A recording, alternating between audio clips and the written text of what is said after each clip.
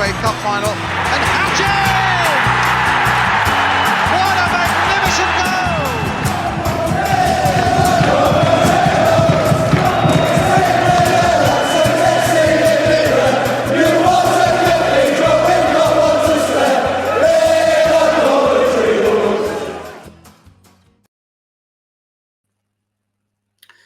Good evening and welcome to All Things Sky Blue.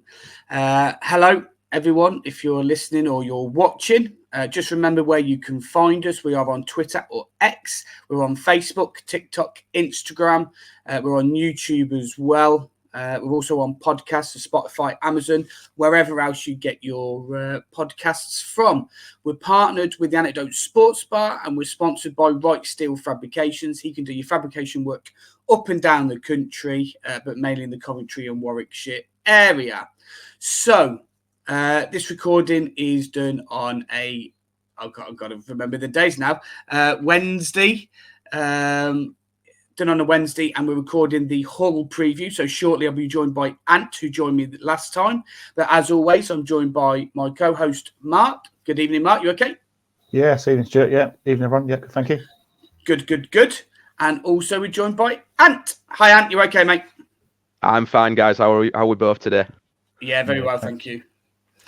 So, obviously, we've got Hull a week today, I think it is. Obviously, we've got two games in between. So, obviously, some of the things that we'll talk about the game, you know, injuries and suspensions, they might be slightly different come the actual game day. Obviously, you've got who's your next game? You're away at Watford. Yeah. And obviously, we've got a big semi-final on Sunday, Mark, haven't we? Looking forward to it. Rumour has it, yeah. Apparently the game is Man United. There they are. But anyway, some random football team have got to play. Yeah. So some little team. Yeah. So and before we get into the Hull preview, can you just let us know what you guys do and where we can find you? Yeah, so I imagine we'll be very similar to you guys. Obviously, all things Hull City at the minute. It's been a positive season, which is a nice change for us. The last few years we've done it, they've been quite tough listens probably. But yeah, we do previews usually, normal episodes that review the past games, and you, like yourselves, you can find us on YouTube and all your usual audio podcast providers. So any follows, if you're ever wanting to listen to the opposite side of it after a game, always appreciated. Fantastic, thank you very much. So Mark, going into this, just trying to review the first game, if you like, back at the MKM Stadium. If I remember rightly, we were playing three at the back. Again, you and your stats little book that you've got might be able to tell me differently. We were playing three at the back at the time. I don't think we were playing particularly well because it was the start of the season and our season was slow. I believe that this was one of the games where we were in it. We went in the lead early by Joel Atibodiere. And then it was kind of a freak Aaron. I still think it was a freak goal by Aaron Connolly by that little flick header that he did. How was you feeling going into that game? And kind of how do you feel going into this one, if you like, as well?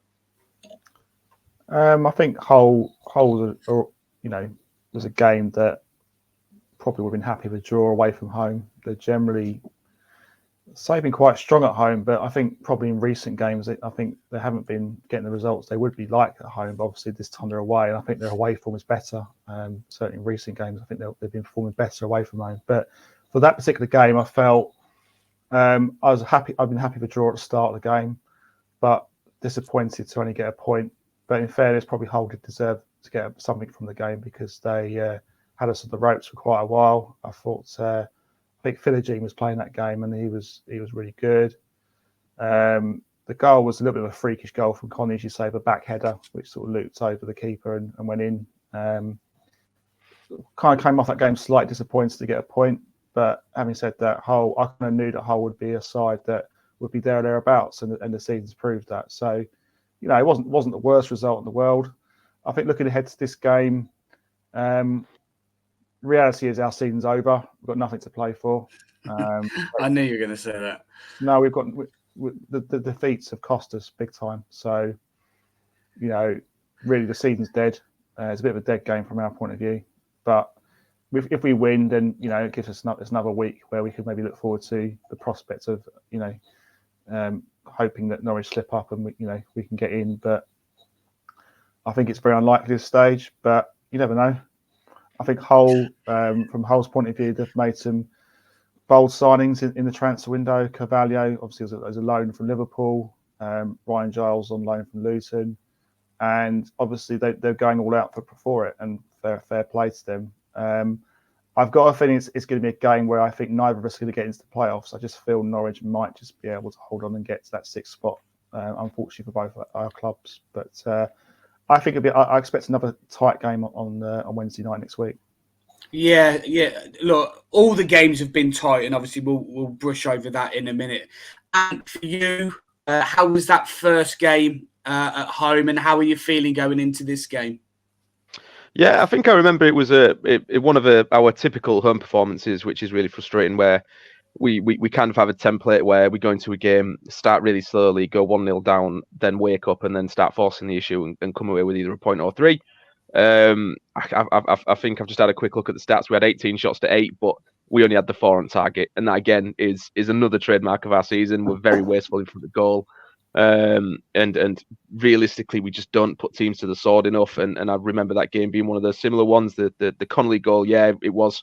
I think obviously he's intended to flick it on, and it's just ended up in the back of the net. It's one of those things. It happens against you across the season as well. So we'll take them. But we always know Coventry's going to be a tough game, home or away. I think you guys have got a good record against us at our ground, but we've got a good record against you at yours. So we're probably going into this one with a bit more optimism than we did the home match.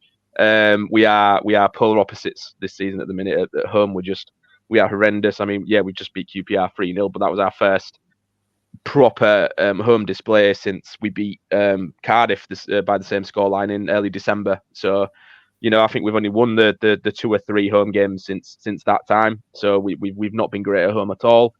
But we have won 10 games away. We're very good away from home. The style of play suits us a lot more. We like teams to come on to us and exploit that space with our pacey, tricky wingers. And yeah, so I think it's a game that, like Mark just said there, realistically, I think we're both out of it. But whilst it's still mathematically possible, you've got to go for it, haven't you? So yeah. I mean, I look at it as, because we've got a game in hand on Norwich as well, and we're 6 points behind. So if we win against you guys, that puts us 3 points behind. And then all we have to do is hope that Norwich slip up. But with our current form and Norwich's form, it's unlikely. I would say we have to win all 4 of ours and hope Norwich lose a couple. And I don't think that's going to happen, unfortunately. But like I said, whilst it's still there, I think we're going to go all out. Yeah, obviously, Mark mentioned your January, and you had a strong January transfer window, didn't you, with some of the players that Mark mentioned?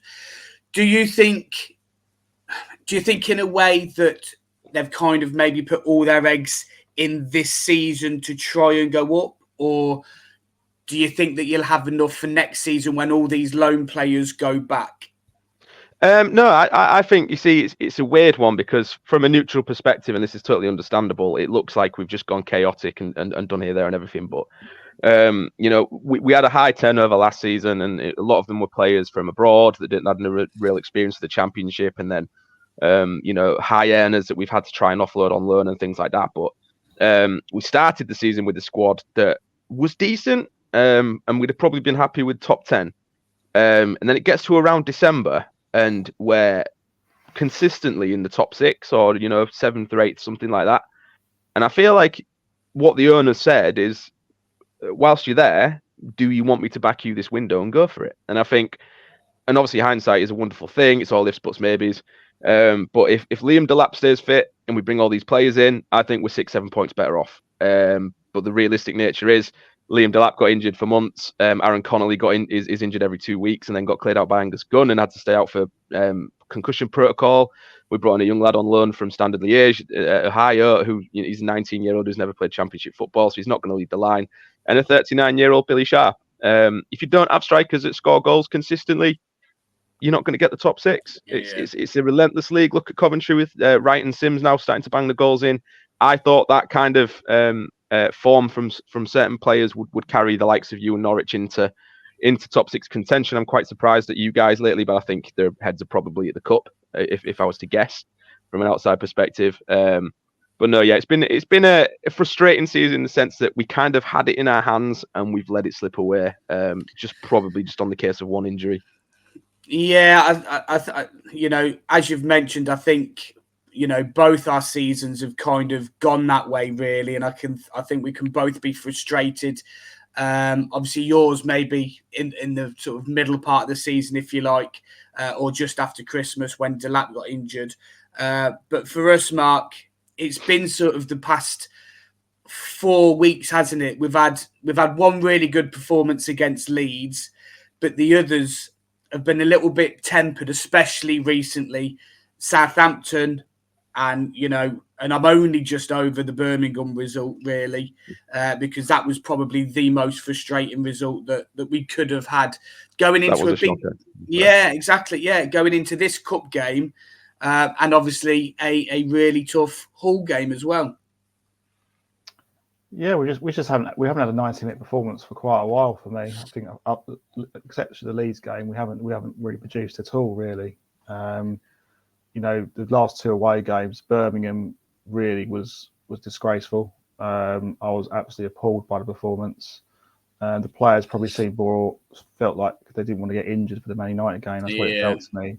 There was no desire. There was no like the energy to try and win the game. Birmingham wanted it more than us on the day. They wanted to win the game, and fair play to Birmingham. They were fantastic. We were absolutely shocking that game, and that's not good enough.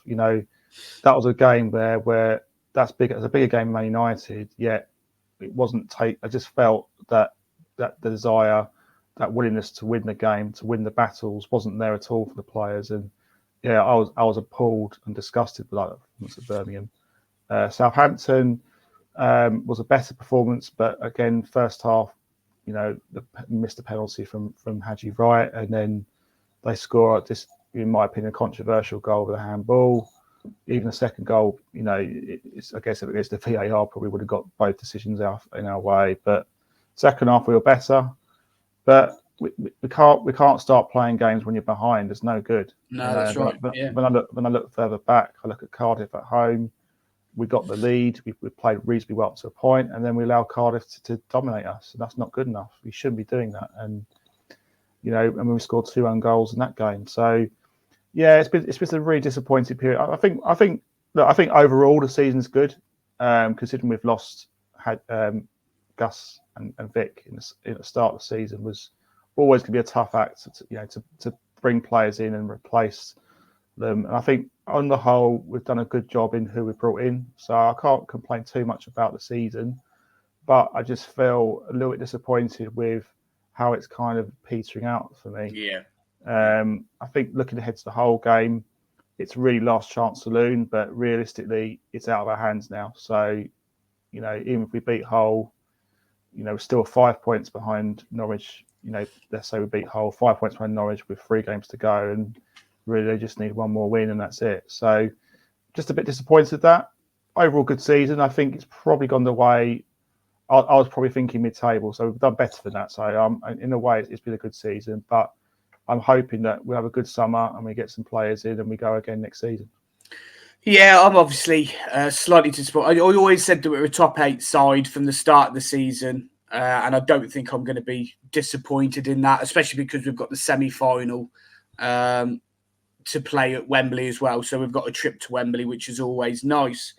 Going back to you, Ant, obviously the last sort of 6 games, if you like, if you look at the last 6 games, we've won 2 each and we've drew the other 2. So all the games are very, very close. There's pretty much nothing between the 2 teams. And I'm a massive fan of Rosenior as well, by the way. I think if Robbins ever goes, and I hope he doesn't, the likes of Rosenior, the likes of Michael Carrick, and probably maybe one other, I would love to see at Coventry if we could ever get them, sort of thing. Really, has Rosenior changed anything from the last time that we played? Has he tried anything new, or is it pretty much if it's not broke, don't fix it? No, we more or less play the same way. I think obviously this is his first full season as a manager, and I think he's brought an air of naivety with him. But like we say, we're seeing some of the best football we've ever played. I think we went to Ellen Road and came away obviously on the end of a defeat, but we played really well, and I think that was Leeds' lowest home attendance since pre-Bielsa. So we've got a style of play that he wants to incorporate, that we're doing well. Sometimes there's question marks over how we start, maybe a bit too slow, and then in the final third, like we say, there's final decisions, the pass when they should shoot or shoot when they should pass kind of thing. That's going to come. We've got a young squad, we've got a young manager. There is going to be mistakes, and it is a learning curve for us all. But we're all still behind him. We're all stuck with it, and it will get there. I think what is different about us now is that we actually play players in their natural positions. So when we started off the season and we had, what we thought were some good signings in players like Ruben Vinagre and Scott Twine and players like this. Because we started the season with a few niggly injuries. Vinagre didn't play. I think he only played like 3 or 4 games because he was injured all the time. So we were playing Jacob Greaves in left back, and we all know he's a centre back. Then you've got the likes of Scott Twine, who was far better in a number 10 role. We was playing him out wide to accommodate the wingers that were injured at the time, and we just never really had a balanced squad. We're playing Adama Traore again, who was a midfielder out wide. It never works. Square pegs in round holes. It doesn't. That was something we did last season, but obviously the January transfer window solved a lot of those problems. And like we say, Ryan Giles now is a natural left back, and you've got Philogene, we've got the young lad Abdish on there, who's absolutely fantastic and probably one of the underrated signings of January for us, because no one really knew anything about him, but he's been absolutely brilliant. And then, like we say, we've got Carvalho now in that number 10. The only thing we're missing is a striker. So yeah, you'll see a Hull City that want to dominate the ball. They want to get it into wide areas, get the creative players, playing 1-2 passes on the edge of the box and getting into the area. But you might see us get in front of goal and just blaze it into Rosette a few times. Yeah, obviously we're going into Sunday to Wembley, a massive game for us, Mark. Do you think? How can I put this? Do you think Sunday's going to take too much out of them to actually put in a performance on Wednesday, or do you think it depends on what result we come out with to what team we see, if you like, on the Wednesday? Yeah, it's an interesting question. I think first and foremost depends on the result, but I mean the players should be fit anyway. They should be used to be playing Saturday, Tuesday nights and that. So it's the same kind of break, isn't it, between Saturday and Tuesday? Mm-hmm. It's just Sunday or Wednesday. So I can't imagine have too much of an impact on the players. I mean, it wasn't that long ago we had international break, was it? So they surely can't complain about tiredness, because I get sick and tired of that word tired as being bandied about, really. The only thing I would say is we don't have a big squad, and Robbins hasn't got the luxury of rotating too many players, really. So there is that thought. Yeah, I think it's going to be a tough game against Hull. I think they're going to be very good away. They're very good away from home. I think it's going to be a really difficult game for us personally. Yeah, no, totally agree. It's always tough against Hull, and like I've said, I like Rossini a lot as a manager, and he sets his team up very hard to beat. Obviously, you've both mentioned, but I know you definitely have, Ant, about Ryan Giles. He was on my list to be one of your players to be injured. Is he back now? Is he? I'm not. I don't think we've seen the latest injury news from the club yet. Okay. But he may well be. He didn't feature against. Oh no, he did. He came on as a sub, I think, late on. Okay. But as a winger. So yeah, it might be on the bench again, I think, because Mike Jacob had a fantastic performance at left back. Okay, because the only other one was Louis Coyle. That's the only other one that I saw. Is he still out injured, or is he back now? I think so. Yeah, we're playing Regan Slater in right back at the minute, who's a centre midfielder, but he puts in a graft wherever you put him on the pitch. You could put him in goal and he'd be fine. So yeah, we do miss Louis Coyle, because he's been probably one of our best players this season, consistent 7 out of 10 every week. But I think he's had one too many elbows to the face this year. The poor lad, he's got a worse face than his brother, and he's a boxer. Fair enough. Any questions, Mark? I think, is it Jacob Greaves? You got EFL player, or was the team of the season, team of the year award? Has he been your best player for you this season, or is there any other players you've got in mind? He's probably been our most he's probably been our most consistent player. I mean, he's absolutely fantastic, his Greaves, and he I very much doubt he's going to be with us next season. I think he's destined for Premier League in England at some point. I know there's a few Premier League clubs sniffing around him. I think Wolves were mentioning 25 mil or something like that in summer. But yeah, the lad's phenomenal. I mean, he's young, ball playing, left-footed centre back, and obviously he's got a bit of a legacy here because his dad played for us as well in the 90s. So yeah, it's a bit of a love story that he's in the side and captains us as well when obviously Coyle's not on the pitch, and he's I think statistically the best centre back in the league this season on Who Scored. So yeah, we do miss him when he's not in the side, and how he's like a midfielder. He's a midfielder with a centre back's height. He's absolutely fantastic on the ball. So yeah, he's definitely been one of our key performers. You look at the likes of him and Philogene, Delap, and Seri, players like that. Yeah, they've been fantastic. Yeah, Philogene impresses me a lot, and it's a shame that we couldn't get him because I think we were slightly linked with him at that point as well. And obviously, you got the coup for him, so that's really good for you guys. What are your expectations for the rest of the season? I know obviously we've briefly mentioned about one of us maybe pushing for the top 6. Are you happy? Have your expectations changed from what they were at the start of the season, Ant? I've always said that I think pre-January we'd have been happy with top 10. I think post-January, with it being in our hands and the quality we brought in, we should have been looking at top 6. So I think Rosini will say himself, I think at the end of the season, if we don't get there, that it's a disappointment that we didn't manage to do it this season. I think the likelihood of bringing someone like Fabio Carvalho back next season is slim to none. I think we've his kind of revival chance because he had a really bad first 6 months at Leipzig where he was hardly played, or if he did play, they played him as a winger. So Liverpool weren't best pleased with that. Obviously recalled him, and then Rosini said, "Look, I'll play him in his natural position. I'll get him loving football again," and he has. I think he's got a 1-in-2 goal ratio at the minute. So yeah, it's players like Carvalho. They when you've got players like that in your side that have won this league before, they've been there, phenomenal talents, Premier League clubs. You should be looking at top 6 really, but we've only got ourselves to blame. We can blame injuries as much as we want, but we've had chances in games to put teams to bed, and we just haven't. So I think the majority of the fan base will be disappointed we didn't get the top 6. But if you look back, if you want to be optimistic, at the start of the season, we'd probably take top 10 if it was offered. Yeah, excellent. No worries. Again, I'm not one. Again, I can't remember from the first conversation that we had when we did the first preview. Are you one of the podcasts that sort of look at the championship as a whole? Do you know other players, or do you just kind of focus on Hull and that's it? I think we obviously primarily focus on Hull, but we do make ourselves aware of threats on other teams and how they're doing in form and stuff, because obviously it comes into the part of the content that you put out as an episode. Like, you've got to know a bit about your opposition and things like that, don't you? So yeah, we try our best. Only reason I'm asking is do you know? Have you got any threats that you think that we pose to you guys? Obviously, from your perspective. Yeah, I think I'm a huge Ben Sheaf fan. Ben Sheaf fan. I think he's one of the most underrated midfielders in the league.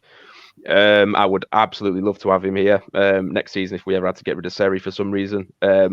Yeah, I like Sheaf. Obviously, you've got Ellis Sims and Haji Wright that have finally started to click and score goals. We were linked with Wright a couple of years ago in summer for only about 1.2 million, but we decided against that. Yeah, so yeah, those two are obviously on fire, and I don't know, is OHare still fit? Because he's yeah. Sims, OHare's a little bit of a funny one at the moment because obviously he's available for a free transfer in the summer, and some of the fans recently are in the way of thinking that he's not really putting his all into the team, if you like, because for him it doesn't really matter. But I think come Sunday, I think you might see a different OHare because he's playing Man United at Wembley in front of everybody, so he's going to be definitely in the shop window that game. So I think you might see a slightly different OHare. Do you agree with that, Mark? Oh, 100%. Yeah, I think OHare will be fired up for Man United, and if you can't be motivated for an FA Cup semi-final against Man United, whether you want to play club or not, then sorry, you shouldn't be playing football really, because you're in the wrong job. So yeah, I'm sure he'll be up for it. I think whether he'll play against Hull remains to be seen. I would probably play him with Casey Palmer. It's like 2 10s with maybe, I don't know, He's had a good season, Casey Palmer as well. I think he's gone kind of under the radar. Yeah, he's kind of got. He's blown a bit hot and cold. I think when he's on it and he's attacking, he's definitely got the game there. His shooting's good. He's big, strong, powerful player. My criticism of Casey Palmer is I think sometimes he can be a bit slow to track back. Defensively, he can be a little bit vulnerable. I think he gets caught out a bit too far forward. Teams then counter attack quite when it's a turnover in possession. There was gaps a lot of the time, and I feel sometimes he's a bit slow to track back. That's my criticism of Casey Palmer, but he has got quality, and I think he will probably start the whole game. In my opinion, I think he'll start the whole game because obviously he's suspended for Wembley, so exactly, he's definitely going to be playing, and he'll definitely start, I would imagine. Yeah. So, Ant, can I get a prediction out of you for the whole game? You can. I think you see, because I think now that the pressure's off us a little bit, and the fact that we're away from home, I think it puts a bit of and like I say, I'm hoping that you guys either go all the way to extra time or pens with United, so you may be a bit more leggy when it comes Wednesday. But cheers, thanks for that. I'll be watching and cheering in extra time if it gets there. But, no, I think we'll go there confident. I think now the pressure's off. Like we say, the performance against QPR was phenomenal. It was our best performance at home for months. And like we say, it looks like the players are really taken to the challenge. We know we have to win all four, so we have to go out there and do it. And if we go to Coventry, we're a side in and around us. Yes, it's unlikely Coventry will get there, but it's still a bit of a statement win. So I'm going to back us. I was going to say 1-1, but I've changed. I've talked myself into a 2-1 win, I think. Nice. Okay, Mark, prediction. I'm not massively optimistic about this game. I think it's going to be a very difficult game. I think Hull are a better side away from home than they are at home, particularly on the counter attack. And I think the one thing that concerns me with us is playing against sides that play the way we want to play when we're away from home, where we're a good side when we counter attack. And I feel teams are setting themselves up to put men behind the ball and then just hit us on the counter attack and try and overload us on the flanks. That's how I see teams playing against us. Yeah. I think it's a really difficult game. I don't see us winning this one, to be honest. I think the best we're going to get is a draw. So I'm going to sit on the fence and go 2-2. Wow, back on the fence for Mark. Yeah. he hasn't sat on the fence for a while, but there you go. He always squid just to end the season for us both in style. I know, yeah. I think it will be a tough game. And I think Mark's right in saying that I think it depends on what the result is at Wembley on Sunday, because I think that will determine the rest of the season, how that goes really, and whether it does sort of just peter out to being a nothing season, if you like, or a just season, or what if, something like that. But I think we just do it, and I'm going to go for the reverse. I'm going to go for a 2-1 City win, us being at home. And I think we're going to beat United. Can I get a score prediction for United out of you, Aaron? And do you know what? I think Man United are there to be had. You know, all the pressure's on them. I think Coventry will be up for it. Like realistically, I think, like we say, I think the playoffs is a slight reach too far for Coventry. But this cup, you've got real opportunity. You know what? I'm going to back you. I'm going to go for an edgy Coventry 1-0 win, I think. Wow. It'd be hilarious as well because I don't like Man United. So as long as it's after extra time. Oh, yeah, of course, yeah. 1-0 in extra time, yeah. 1-0 on penalties, yeah. Brilliant. Thank you very much. Any other questions, Mark, for Ant? No. Just trying to think. I guess one of us is going to be right, aren't they? Because we're all gone each way, so someone's going to be happy. So, I know, yeah. I hope it'd be you, Stuart. Really, but thank you very much. It's me. I told you so. But no further questions. I think it's been an enjoyable season, and whoever, obviously, I wish Hull the best after that game, and I don't wish him luck against the playoffs, obviously, but I think we'll both be back up there next season. I think. I do. Next year, I've got a feeling we'll be talking to each other next season. Yeah, definitely. In another game. So. Yeah, definitely. Right. So just before we do go, and again, as always, we'd like to do quick fire questions. I have chosen different questions to what you had previously. So you may have answered a few of these in the questions that we've done. So no, I think you did all right. Did I? Yeah. So player of the season. Louis Coyle for me. Okay. This is kind of a three-parter, if you like. So the first one is Leeds. What? Just my opinion on them? Or? Yeah. How do you feel about Leeds? I hope they stay down. I hate them. Okay. Grimsby. Horrible. I hope they're on League Two. Scunthorpe. Quite funny. National League North. Okay, fair enough. So where will you finish next season? 5th. Okay. Best away fans. Oh. That's an interesting one, actually. Southampton were really good when they came to the MKM this season. I think I'd say Southampton. But Coventry as well were really good as well. Big shout out to Coventry. Okay. I think they were loud all game. Good, thank you very much. And the last one, favourite away ground.